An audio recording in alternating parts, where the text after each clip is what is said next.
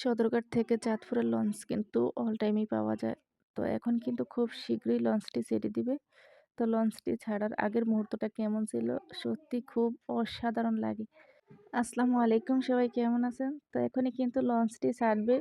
তো আমার তো খুব খুশি, খুশি লাগতেছে কারণ আমি আমার বাবার বাসায় যাইতেছি। উনার কিন্তু খুব মন খারাপ হচ্ছে। কারণ যতবার ঢাকা থেকে গ্রামে আসতেছি বা আসবো একা, একা আসতেছি লঞ্চে।